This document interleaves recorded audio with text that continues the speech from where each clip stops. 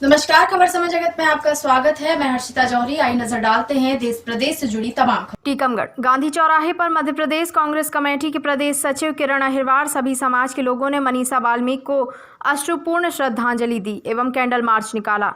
गांधी चौराहे पर सैकड़ों की संख्या में कार्यकर्ताओं के साथ न्याय की गुहार लगाई। किरण अहिरवार ने कहा, पहले तो 4 आदमियों ने मिलकर मनीषा का यह कृत्य किया, उसके बाद उसकी जीभ काट दी, उसकी गर्दन दबाई गई, रीढ़ की हड्डी तोड़ दी गई। 14 दिन तक वह बच्ची जिंदगी और मौत से लड़ती रही, उसकी कोई सुनने वाला नहीं था। यह बहुत ही दुखद है एवं बहुत ही शर्मनाक बात है। किरण अहिरवार ने यूपी सरकार पर निशाना साधते हुए कहा कि उन्होंने कहा, मोदी जी से मैं दरखास्त करना चाहती हूं कि उन्होंने ऐसी सरकार को बर्खास्त कर देना चाहिए। साथ ही उन्होंने कहा कि इस देश के राष्ट्रपति दलित हैं एवं 113 दलित सांसद हैं। मैं तो उनकी भी इसके लिए श्रद्धांजलि देना चाहती हूं। अब वह भी चुप हैं। श्रद्धांजलि सभा में कांग्रेस पिछड़ा वर्ग के जिलाध्यक्ष प्रणव जायसवाल, कांग्रेस अनुसूचित जाति के प्रदेश उपाध्यक्ष पंकज अहिरवार एवं कांग्रेस पार्टी के अनेकों कार्यकर्ता सहित अन्य समाज के लोग मौजूद रहे।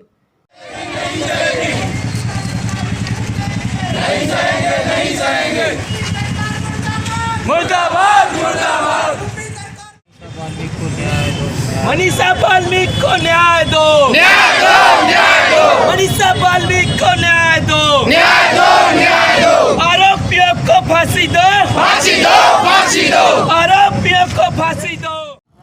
किरण अहिरवार, जिस तरह से एक बेटी को पुलिस वालों ने,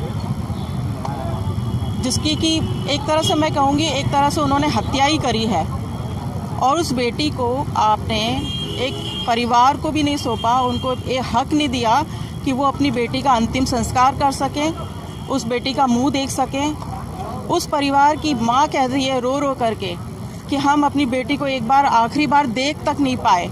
मतलब उसको न्याय मिलना तो दूर की बात है, अंतिम संस्कार का अधिकार भी नहीं मिला है। वो माँ कह रही है कि मैं अपनी बेटी को हल्दी लगा करके विदा करना चाहती थी, ये उसकी एक अंतिम इच्छा थी, वो भी नहीं कर पाए, वो उस बेटी के लिए इतना भी नहीं कर पाए। ये बहुत ही दुखद है। आप सोचिए, एक परिवार में एक बच्ची जन्म लेती है तो क्या क्या सपने देखते हैं माता पिता कि उसकी डोली उठाएंगे, लेकिन इस तरह से जब बेटी जाती है तो बहुत दुखद है। ये हर परिवार के लोगों को, हर माँ को, हर महिला को ये चीज़ सोचनी चाहिए और इस पर बोलना चाहिए। अभी चुप क्यों हैं सब लोग, मुझे ये समझ में नहीं आता। क्या उनके दिल में दिल नहीं है उनके पास में? क्या उनके पास उनकी बेटियां नहीं हैं? तो योगी सरकार के बारे में बताएं ना, आप क्या करेंगे? योगी सरकार को बर्खास्त कर देना चाहिए। जब वो अपने प्रशासन को, पुलिस को कंट्रोल नहीं कर सकते हैं तो उन्हें बर्खास्त कर देना चाहिए, और मोदी जी को भी ये काम करना चाहिए, इस पर ध्यान देना चाहिए। मैं पंकज अहिरवार लिखता हूँ और एससी डिपार्टमेंट से प्रदेश में उपाध्यक्ष हूँ। अहिरवार समाज संघ से भी यहाँ पर टीकमगढ़ का जिलाध्यक्ष हूँ। जिस प्रकार से निरंतर यूपी गवर्नमेंट के द्वारा दलितों पर अत्याचार हो रहे हैं, एक जो मनीषा बहन के साथ जिस प्रकार का कृत्य हुआ है, ये बहुत ही दयनीय है।